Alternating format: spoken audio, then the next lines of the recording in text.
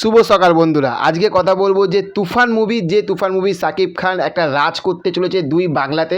সেই তুফান মুভি থাকতে কিন্তু আর একটা কিন্তু ধামাকাদার কিন্তু সাকিব খানের একটা পোস্টার এসে গেছে। এবং তার সঙ্গে বলবো যে এতদিন পরে আমাদের যে মিমি, সেই মিমিরও কিন্তু একটা দারুণ পোস্টার এসেছে। পোস্টার দুটো কেমন লাগলো সেটাই তোমাদের সঙ্গে রিয়াকশান দেবো এবং সব কিছু কিন্তু তোমাদেরকে কিন্তু ডিটেলস বলবো। তো সেখান থাকতে আমরা পোস্টার দেখতে পাচ্ছি এবং আমি কিন্তু স্ক্রিনে দেখাচ্ছি। প্রথমেই দেখো যে তুফান মুভিতে এখানে যে সাকিব খানের এতদিনে যে কটা পোস্টার এসেছে তার থাকতে আমি বলবো যে এই পোস্টারটা কিন্তু দুর্দান্ত হয়েছে। এবার দুর্দান্ত কেন হয়েছে সেটা বলছি। তার কারণ হচ্ছে, দেখো তোমরা ভালো করে দেখো যে সাকিব খানের এই জায়গাটা যে জামাটা এবং তার উপরে যে ব্লেজারটা পরে রয়েছে, যে ব্লাড মানে যে রক্তটা ছড়িয়ে আছে পুরো জামাটার মধ্যে, এবং হচ্ছে যে ব্লেজারের হাফ, কিন্তু পুরো ব্লেজারে না, কিন্তু হাফ ব্লেজারে যে রক্তটা ছড়িয়ে রয়েছে, দুর্দান্ত পুরো ঝাঁসু লাগছে।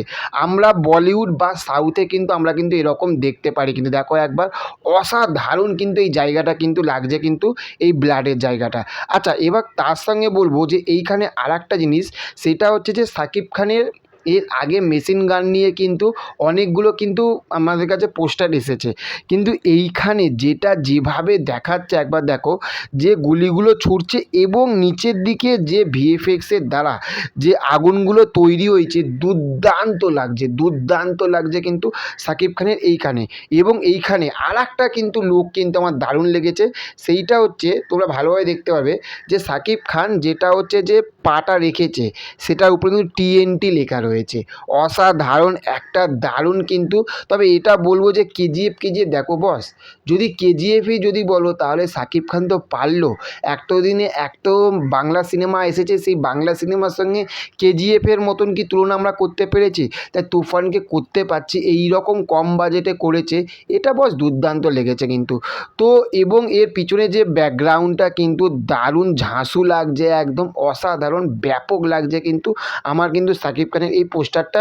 এবং তার সঙ্গে বলবো সাকিব খানের মুখের জাস্ট কাটিংটা তোমরা একবার দেখো, একবার অসাধারণ। শুধু একবার দেখো কাটিংটা, যে মুখের যে দাড়িটা এবং পুরো ঠোঁটটা যেরকমভাবে চেপে রয়েছে বস, একদম দাদা গুরু, ওফ, ব্যাপক অসাধারণ। কিন্তু এতদিনের মধ্যে কিন্তু এই পোস্টারটা কিন্তু অসাধারণ ব্যাপক এসেছে।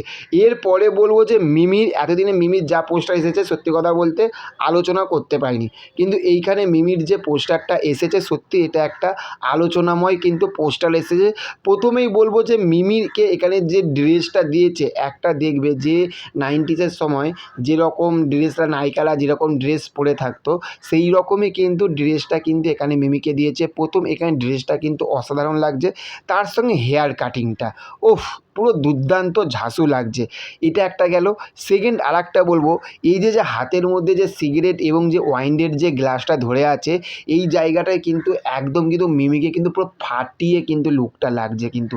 মানে এক কথায় আমি যদি বলি পুরো ঝাঁসু হয়েছে, পুরো এক কথায়। পোস্টারটা কেমন হয়েছে, পুরো চুম্বেশ্বরী কিন্তু এই পোস্টারটা কিন্তু লেগেছে, যে তৈরি করেছে তাকেও বলছি, পুরো চুম্বেশ্বরী কিন্তু যে মানুষটা এই পোস্টারটা তৈরি করেছে।